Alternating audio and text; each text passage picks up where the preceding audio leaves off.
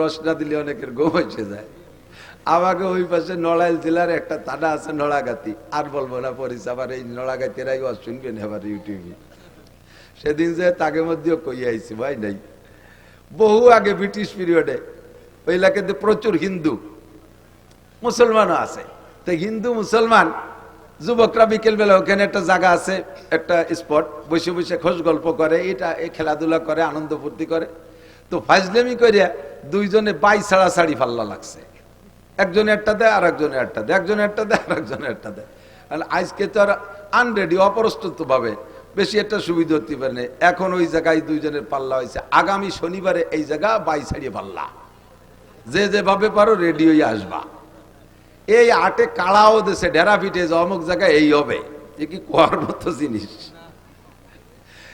জীবনে ঘোড়া দামড় দেখছে, আড়িয়ে নাড়ই দেখছে, কত খেলা দেখছে, কিন্তু এত আর কেউ শোনে নাই কোনোদিন। এ শুনে দর্শক হয়েছে সেই হারে, মাঠ ভরে গেছে, দুইজনে দুই চেয়ারে। তো মুসলমান যেটা সে যাই প্রত্যেকেই রেডি হয়েছে যাতে গ্যাস বেশি হয় পেটে। তো মুসলমান যেটা সেটা যাইয়ে খাইছে যত আদা চাবানিয়ে সুলা বাদাম এক চাবানিতে গিলে ফেলাইছে, ভালো হয়ে ফেসিয়ে খাই নেই। আর ও যেভাবে পারছে রেডি হয়েছে, আর আইসে দুইজনে দুই চেয়ারে বসা লোক তো দেখতেছে, হিন্দুটা এসে মুসলমানটার মুহির উপরে একটা মারি দিয়ে চলে গেছে। শর্ত হলো মুহি মারতে হবে। ও তিনটে মারিয়ে দিয়ে গেছে, মুসলমান একটাও মারে না। এখন প্রায় তকবির শুরু হয়ে যাবে, হিন্দুর পক্ষে জয় জয়। এর মধ্যে কইতেছে বসো এবার আমি হবে। ও যাইয়া কাপড় সরাই ওর মুহি মারিয়ে দিয়েছে, আউ লাখের একেবারে যত সুলার কাঁচা বাদাম সব বার হয়ে গেছে একবারে। এর নাম হলো আয়ে পাদে আগা চারা।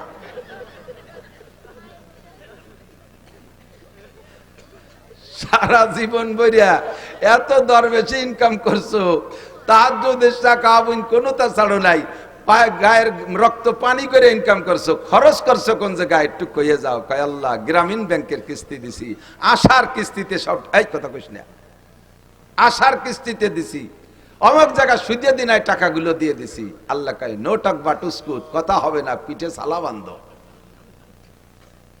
তেল মাখাও যাতে বাড়ি স্লিপ করে।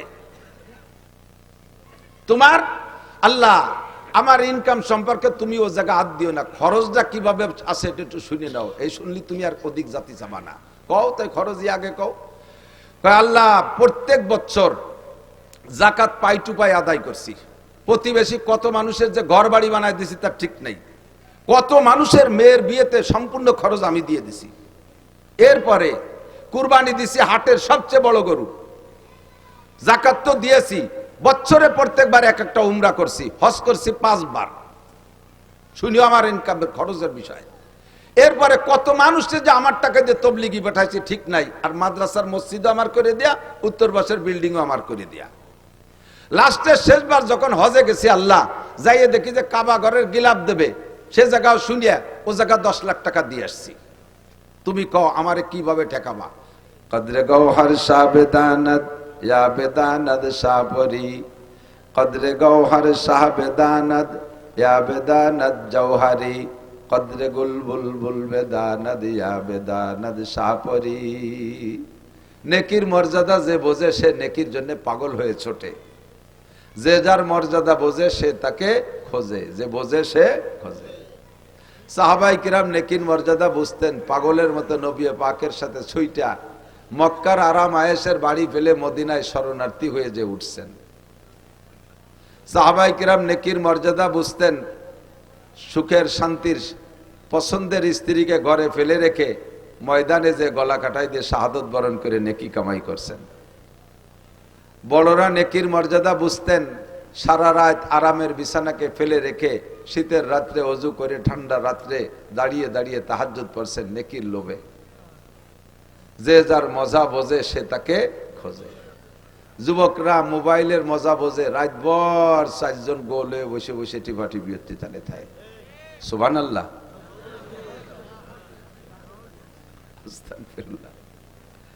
যারা টেলিভিশনের মজা বোঝে চোখে পলক মারে না, দেখতেই থাকে।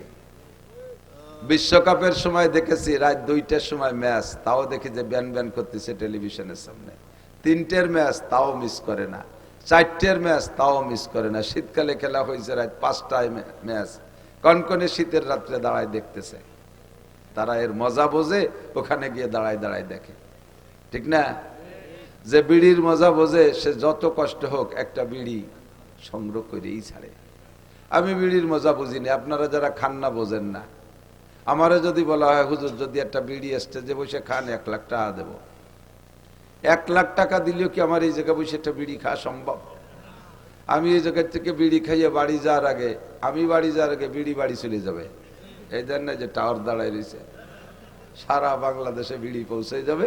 মৌলানা নাসির সাহেব দাঁড়িয়ে মাঠে স্টেজে বসে বিড়ি খাইছে। তোমরা যেন আবার আজকে ইউটিউবে শিরোনামে এই লিখে দিও না, এরা যে এত ফাজি লিখে জ্বালায় বস করাই কঠিন। যা লেখে তাম্বিলে তা বলার মতো না। কয়েকটা আছে তাজা গাজাখোর মিথ্যে কথা ইউটিউবার, শিরোনামে লেখছে একটা, অথচ তার কিচ্ছু ওয়াজের মধ্যে নাই।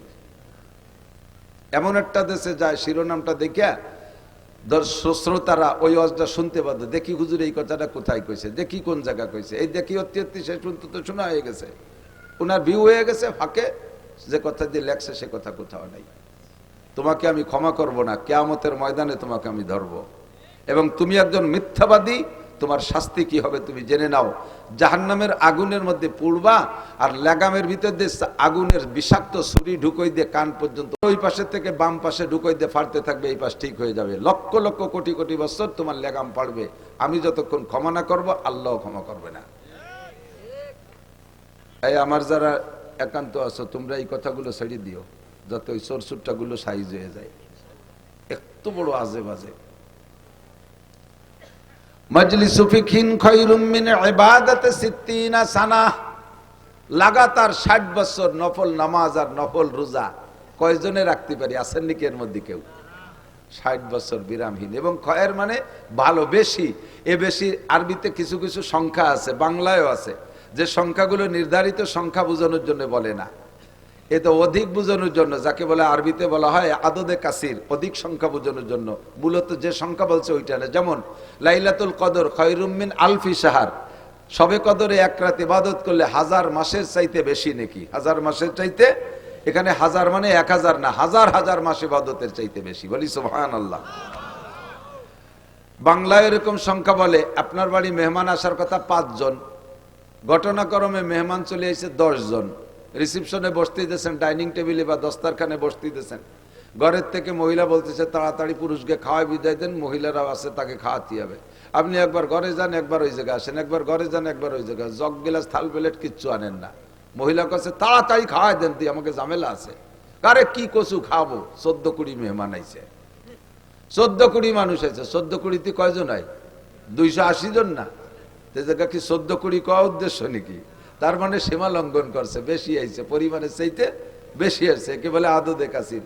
আল্লাহ পাক রব্বুল আলামিন এবং নবী আলাইহিস সালাম এরকম শব্দ সংখ্যার দিক দিয়ে ব্যবহার করেন। খায়রুম মিন ইবাদাতি 60 সানা। একটা মাসালা শুনলে শিখলে 60 বছর নফল নামাজ ও রোজার চাইতে বেশি নাকি? বলেন সুবহানাল্লাহ। আল্লাহ, আমার এই জায়গায় একটু কনফিউশন ছিল, একটু অভিযোগ ছিল যে 60 বছর নফল নামাজ আর রোজা কত বিশাল নাকি?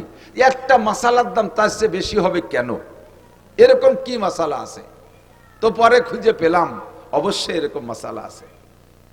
ভালো করে বোঝেন, কিয়ামতের ময়দানে আল্লাহর কসম, উলামায়ে কিরাম সাক্ষী, কোন পাবলিককে আল্লাহ জিজ্ঞেস করবে না তাহাজ্জুদ পড়েছো, ইশরাক পড়েছো, আওয়াবিন পড়েছো, সাহস পড়েছো, শবে বরাতে নফল নামাজ পড়েছো, শবে কদরে নফল নামাজ পড়ছো, আইয়াম বিজের নফল রোজা রাখছো, শবে বরাতে রোজা রাখছো, মুহররমের নফল রোজা রাখছো। কোন নফল ইবাদত সম্পর্কে কেউকে জিজ্ঞাসা করা হবে না, কিন্তু কিয়ামতের ময়দানে ফরজ সম্পর্কে জিজ্ঞাসিত হবেন। আউয়ালু মা ইউহাসাবু বিহিল আবদু ইয়াউমাল কিয়ামাতিস সালাহ। হাসরের মাঠে সর্বপ্রথম জিজ্ঞাসা হবে নামাজ সংক্রান্ত মুসলমানের কাছে। কাফেরদের কাছে কিচ্ছু জিজ্ঞাসা করা হবে না। হিন্দু, বুদ্ধ, খ্রিস্টান, ইহুদ, নাসারা, নাস্তিক, মুরতাদ, বেঈমান যারা আছে তাদের কাছে নামাজ, রোজা, হজ, যাকাত, ফরজ, ওয়াজিব, সুন্নাত, মুস্তাহাব কিচ্ছু জিজ্ঞাসা করা হবে না। ওরা প্রথম চান্সেই ফেল হয়ে যাবে। ফি নারি জাহান্নামা খালিদিনা ফিহা আবাদা, ওরা বিনা হিসাবে জাহান্নামী। বাকি মুসলমান যারা থাকবে এদেরকে আল্লাহ পাক রব্বুল আলামিন 4টি প্রশ্নের জবাব না দিয়ে এক কদম বাড়তে দিবেন না। আনা উমরিহি ফিমা আফনা, 70-80 বছরের হায়াত কিভাবে কাটাইছো কইয়া যাও। কারাহা বা কলকিয়ারি জুমলা রাস্ত বা খোদা তসবির হিলা কায়রাওয়াস। ও মুরব্বী, তোমার দুনিয়ার কোনো কাজ পরিপাটিতে অভাব ছিল না। বাঙ্গার বাজারে কাপড়ের ব্যবসা করছো, 80 বছরে বুড়ো। তোমার কাপড়ের শোকেস গুলো কি সুন্দর সাজানো ছিল, তোমার ঘরটা কত সাজানো ছিল। বৃদ্ধ বয়সও মার দিয়া ছাড়া কাপড় পরতে না, আয়রন করা ছাড়া, ইস্তারি করা ছাড়া কাপড় পরতে না, ময়লা কাপড় পরতে না, লুঙ্গি পর্যন্ত আয়রন করে পরতে। কাঁথা কাপড় ধোয়া মুছা পরিষ্কার ছিল, থালাবাটি পরিষ্কার ছিল, শোকেসের ভিতরে সব মালামালগুলো সুসজ্জিত ছিল। তোমার নামাজটা কেমন সজ্জিত, তোমার ফরজ ওয়াজিব সুন্নতের সাজ কেমন ছিল, কোরআনে কারীম কেমন তিলাওয়াত করতে পেরেছো। তুমি ইংলিশ পত্রিকাগুলো পড়তে, আরবি পত্রিকা পড়া শেখো নাই কেন? আরবি পত্রিকা কোরআনে কারীম, আরবি পত্রিকা হাদিসে নববী, এগুলো পড়া শেখো নাই কেন? এই সব বিষয়ে আপনাকে 70 বছরের জিন্দেগির হিসাব দেওয়া লাগবে কি লাগবে না? আজকে কি বার গেল? মঙ্গলবার। একটু একটু বোঝার জন্য বলছি আমার দিক। আজকে মঙ্গলবার গেল। গত মঙ্গলবার সকালবেলা কে কি খাইছেন সত্য কথা বললে আমার মনে হয় তাড়াতাড়ি কেউ কইতে পারবেন না। কতক্ষণ? এক সপ্তাহ আগে মঙ্গলবারের সকালে কি খাইছি তাই মনে নাই। 70 বছরের জিন্দেগিতে লম্বা একটা পথ অতিক্রম করে চলে আসছি। কোথায় ভিড় ছিল, কোথায় খাচ্ছিল, কোথায় গর্ত ছিল, কোথায় কার সাথে ধাক্কা খাইছি কিছু আমার মনে নাই। যৌবনের ভিতরে অনেক অন্যায় অপরাধ করেছি, অর্থনীতির মধ্যে অন্যায় করেছি, সমাজ নীতির মধ্যে অন্যায় করেছি, বিচার আচারের মধ্যে অন্যায় করেছি, পরিবার পরিজনকে পরিচালনার ক্ষেত্রে হাজারো অন্যায় করেছি। 70 বছরের হিসাব কেউ দিতে পারবো না, একটা হিসাবই 70 বছরের দিতে পারবো না। যদি আপনাকে 3 নম্বর প্রশ্নটা করা হয়, আনমালিগি, জীবন ভরে কত টাকা কে ইনকাম করছেন, গোটা জিন্দেগির আয়ের একটা অডিট যদি আমাকে করা হয়, এ মিয়া মৌলানা নাসির সারা জীবনে কত টাকা ইনকাম করছো হিসাব দাও, আমার মনে হয় একজনও কইতে পারবেন না। কতক্ষণ? আনুমরিগি ফিমা আফলা, গোটা জিন্দেগির হিসাব দিয়ে দাও। 2 নম্বরে আনশাবাবিহি ফিমা আবলা, যৌবনকাল কিভাবে অতিবাহিত করেছো বলে যাও। এই গোটা জিন্দেগির মধ্যে ভেরি ভেরি ইম্পর্টেন্ট টাইম হলো যৌবনকাল। যৌবনকালের হিসাবটা এজন্য নেওয়া হবে কারণ যৌবনকালে ভালো বেশি করা যায়, মন্দ বেশি করা যায়। কতক্ষণ? যৌবনকালে রাত 2টা-3টের সেই ফুটবল খেলার ম্যাচ সারা রাত দাঁড়িয়ে দাঁড়িয়ে যেমন দেখা যায়, ইচ্ছা করলে তেমনি যৌবনকালে শেষ রাত্রে উইটা ঠান্ডা পানি দিয়ে অজু গোসল যেটা প্রয়োজন আদায় করে রাতের বাকি অংশ দাঁড়ায় দাঁড়ায় তাহাজ্জুদ পড়া যায়। যৌবনকালে ইচ্ছা করলে বাইসাইকেল চালায় কাশিয়ানির ওড়াকান্দি ঠাকুর বাড়ি যাওয়া যায়। যৌবনকালে ইচ্ছা করলে ভাঙ্গার থেকে বাইসাইকেল চালাইয়া ইস্তেমার ময়দানে যাওয়া যায়, সরমুনাইর ময়দানে যাওয়া যায়। যৌবনকালে ইচ্ছা করলে প্রত্যেক সপ্তাহে হিন্দুদের সাথে দূর সফরে যে একটা পূজা পাঠে অংশগ্রহণ করা যায়। যৌবনকালে ইচ্ছা করলে প্রত্যেক মাসে মুফতি আব্দুল গফফার সাহেবের কি বলা হয় নগরকান্দা ইসলাহি মজলিসে অংশগ্রহণ করা যায়। কথা বলেন, যায় কি যায় না? যৌবনকালে অন্যায়ও বেশি করা যায়, ন্যায়ও বেশি করা যায়। এই যৌবনকালটা হলো জীবনের মূল সময়, মূল্যবান সময়। এইটা সম্পর্কে জিজ্ঞাসা করা হবে। বার্ধক্য এসে গেলে, বৃদ্ধ হয়ে গেলে, এনি ম্যান এভরিবডি, প্রত্যেকটা মানুষের মন দুর্বল হয়ে যায়, গুনাহ করার এনার্জি থাকে না, গুনার কোনো শক্তি থাকে না, ঠ্যাং একটা কবরে চলে যায়, চাকা একটা পাংচার হয়ে যায়। দিনের বেলা আগে সূর্যের আলো কি বলা হয়, দিনের বেলা আগে চোখে এত পাওয়ার ছিল, দিনের বেলা আকাশে তারকা দেখতো। এখন বৃদ্ধ হয়ে যাওয়ার কারণে রাতের বেলা আকাশে চাঁদটা দেখতে পারে না। যৌবনকালে লোহা খাইলে পানি হয়ে পিছন দিয়ে বেরিয়ে যাইতো, বৃদ্ধ হয়ে যাওয়ার পরে এখন পানির মতো কোনো খাবার খাইলে, পানি যাও খাইলেও যেমন খায় তেমনই পিছন দিয়ে বেরোয় যায়, পেটে শক্ত হয় না। কথা কন ঠিক কি ঠিক না? এ হলো যৌবন আর বার্ধক্যের পার্থক্য। কাজেই তোমার যৌবনকালের হিসাবটা একটু দিয়ে যাও। যৌবনকালে যা একবার শোনা হয় তা ভোলে না, আর বৃদ্ধ হয়ে গেলে 50 বার শুনলেও মুখ মনে থাকে না। আন মালিকি মিন আইন ইকতাসাবা ফিমা আনফাকা, তিন নম্বর প্রশ্নের জবাব না দিয়া একজন ফর্দে বাসারও সামনে বাড়তে পারবে না। তিন নম্বর হলান মালিকি মিন আইনাকতাসাবা ফিমা আনফাকা। এই কথাগুলো বহুবার শুনেছেন। জবানের পার্থক্যের কারণে কখনো কখনো কোনো কথা অন্তরের মধ্যে জায়গা পায় বেশি। আমার কথা অন্তরে, আজকের এই কথাগুলো আমি বললে ভিতরে নাও ঢুকতে পারে। হুবহু এই কথাগুলো মুফতি আব্দুল গফফার সাহেব হুজুর, ইসমাতুল্লাহ কাসেমী সাহেব হুজুর দামাত বরকাতুহু আলিয়া, কোনটা বললে কথাটা আপনার ভিতরে গ্রহণযোগ্যতা বেশি পাইতে পারে। বড় মানুষের কথা বলছে, আবার আমাদের থেকে ছোটরা কথাগুলো শোনায় গেছে, আপনি গুরুত্ব দেন নাই, হয়তোবা আমার মুখের কথাটা আপনার মধ্যে হিট করতে পারে। এই জন্য পুনরাবৃত্তি করি। আল্লাহ বলেন ওয়াযাক্কির ফাইন্না যিকরা তানফাউল মুমিনিন। একই কথা বারবার বলো, কালকের কথাটা অন্তরে ঢোকে নাই, আজকেরটা অন্তরে ঢুকে বসতে পারে। তিন নম্বর ইমিগ্রেশন, কিয়ামতের ময়দানে তিন নম্বর প্রশ্ন, আন মালিকি, মাল সম্পর্কে জিজ্ঞাসিত হবেন। কে কোত্থেকে কত টাকা ইনকাম করছো জবাব দিয়ে যাও। মাল সম্পর্কে দুইটি জিজ্ঞাসা, ফিমা আনফাকা মিন আইনা ইকতাসাবা ওয়া ফিমা আনফাকা, মাল কোত্থেকে কামাই করছো বলে যাও, আর কোথায় খরচ করছো বলে যাও। উভয়টাই আমার কাছে বলতে হবে। ইনকাম ভালো কিন্তু খরচ ভালো না, এটাও অন্যায়। আবার ইনকাম খারাপ কিন্তু খরচ ভালো, এটাও আল্লাহর কাছে গ্রহণযোগ্যতা পাবে না। কথা বলেন ঠিক কি ঠিক না? জিজ্ঞেস করছে, হ্যাঁ আব্দুল মালিক, তোমার ইনকামের অবস্থা কি বলো, আয় ব্যয় উভয়টাই বলো। কয় আল্লাহ, ব্যয়ের কথা পরে কই, আয়ডা শুনলি তুমি ব্যয় শুনতে চাবা না। আমার ইনকাম আজীব। বলো কিভাবে? কয় শেষ রাত্রি উঠে তাহাজ্জুদের নামাজ পড়ছি, এরপরে 12 তাসবিহ পালন করছি, দোয়া করছি, মুনাজাত করছি, ফজরের আজান দেশে ঘরে সুন্নত পড়া সুন্নত ঘরে পড়া সুন্নাত, এবং সূরা কুলিয়া এবং কুলহু দিয়ে পড়া সুন্নাত। এভাবেই সারা জিন্দেগি আমল করছি। ফজরের নামাজ জামাতে পড়া 2.5 ঘন্টা দাওয়াতের মেহনত করছি মহল্লায়। কাজগুলো শুনেন কেমন সুন্দর আব্দুল মালিকের। এরপরে ইশাকের নামাজও পড়ছি, তারপরে বাসায় আইসা আধা পারা কোরআন শরীফ তেলাওয়াত করছি। এরপরে স্ত্রী যা রান্না করছে সুন্নতি তরিকায়, বাল বাচ্চা নিয়ে এক দস্তারখানে এক প্লেটে বসে খানা খাইছি। খানা খেয়ে এরপরে রিক্সা ভ্যান খান নিয়ে বেরোইছি। রাস্তায় বেরোনোর পরে যাকে পাইছি, যেই বলছে প্রস্তাব দিয়েছি তাকে উঠেছি, কোনো ভাড়া টাড়া কন্ট্যাক্ট করি নাই। নেমে যাওয়ার পরে খুশি হয়ে যা দেশে তারপর কনাত করেছি। যখনই জোহরের আজান দিয়েছে আর প্যাডেল মারি নাই, যাত্রীদের সাথে কন্ট্যাক্ট করতাম, বাইরে তোমার গন্তব্যে পৌঁছে দেব, তবে আজান হইলে কিন্তু নামাজ না পড়ে আর একটা কদম সামনে বাড়বো না। এমন করে আল্লাহ সারা জিন্দেগি নামাজের মধ্যে কোনো ত্রুটি করি নাই। আজান হইলে আর ভ্যান চালাই নাই। মাগরিবের নামাজ পড়া পাইলে অ্যাক্টিভ দিছি, না পাইলে বাসায় চলে আসছি। ঈশার নামাজ পড়ে সূরা ওয়াকিয়া পড়ছি, এরপরে সূরা মুলুক পড়া, এরপরে বাচ্চাদেরকে নিয়ে দস্তারখানে খানা খেয়া আল্লাহ ওযু সহকারে বিছানায় পিঠ দিয়েছি। বলো আল্লাহ, আমার ইনকামের মধ্যে ত্রুটি কোন জায়গায়? আল্লাহকে golden A plus thank you, welcome, তাল এদিকে আসো, তোমার জন্য দরজা খোলা, কিন্তু খরচ করছো কিভাবে এটা একটু সঠিক হয়ে চলে যাও। খরচের ব্যাপারে একটা সমস্যা আছে। ওই শনিবারে ব্যারাকের কিস্তিতে টাকাগুলো দিয়ে দিছি।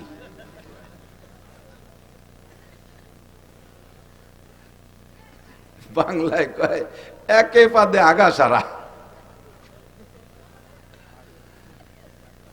বাংলা বোঝেন? মাঝে মাঝে রাত তো বেশি হয়ে গেছে, একটু রস না দিলে অনেকের ঘুম এসে যায়।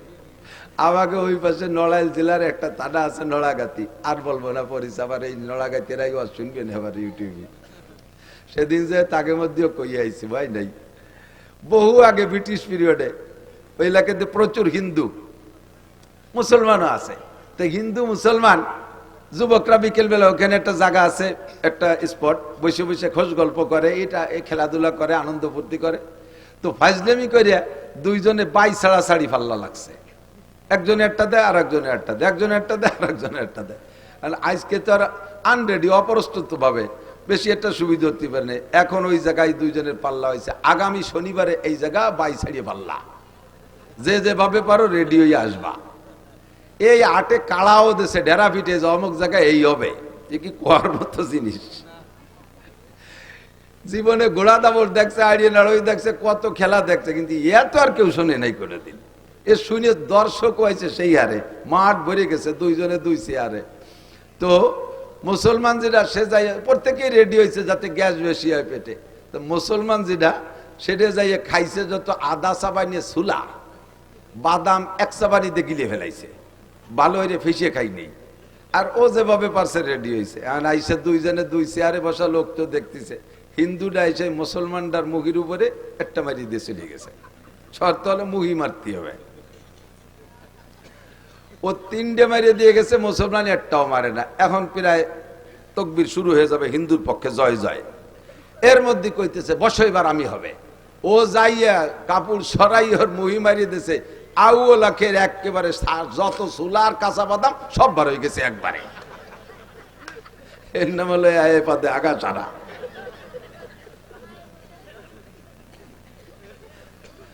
সারা জীবন বইরা এত দরবেশে ইনকাম করছো, তাহাজ্জুদের টাকা কোনো তা ছাড়ো নাই, গায়ের রক্ত পানি করে ইনকাম করছো, খরচ করছো কোন জায়গায় একটু কইয়ে যাও। কয় আল্লাহ গ্রামীণ ব্যাংকের কিস্তি দিছি, আশার কিস্তিতে সব। এই কথা কইস না, আশার কিস্তিতে দিছি, অমুক জায়গা সুদে দিনায় টাকাগুলো দিয়ে দিছি। আল্লাহ কয় নো টক বাটুস্কুট, কথা হবে না, পিঠে সালা বান্ধ, তেল মাখাও যাতে বাড়ি স্লিপ করে। তোমার আল্লাহ আমার ইনকাম সম্পর্কে তুমি ও জায়গা হাত দিও না, খরচটা কিভাবে আছে এটা একটু শুনে নাও। এই শুনলি তুমি আর অধিক জাতি যাবা না। কও তাই খরচই আগে কও। আল্লাহ প্রত্যেক বছর জাকাত পাই টু পাই আদায় করছি, প্রতিবেশী কত মানুষের যে ঘর বাড়ি বানায় দিছি তার ঠিক নেই, কত মানুষের মেয়ের বিয়েতে সম্পূর্ণ খরচ আমি দিয়ে দিছি। এরপরে কুরবানি দিছি হাটের সবচেয়ে বড় গরু, জাকাত তো দিয়েছি, বছরে প্রত্যেকবার এক একটা উমরা করছি, হজ করছি 5 বার। শুনিও আমার ইনকামের খরচের বিষয়। এরপরে কত মানুষের যে আমার টাকা দিয়ে তবলিগি পাঠাইছি ঠিক নাই, আর মাদ্রাসার মসজিদও আমার করে দেয়া, উত্তর বাসের বিল্ডিংও আমার করে দেয়া। লাস্টে শেষবার যখন হজে গেছি, আল্লাহ যাইয়ে দেখি যে কাবা ঘরের গিলাপ দেবে, সে জায়গাও শুনিয়া ও জায়গা 10 লাখ টাকা দিয়ে আসছি। তুমি কও আমারে কিভাবে ঠেকাবা?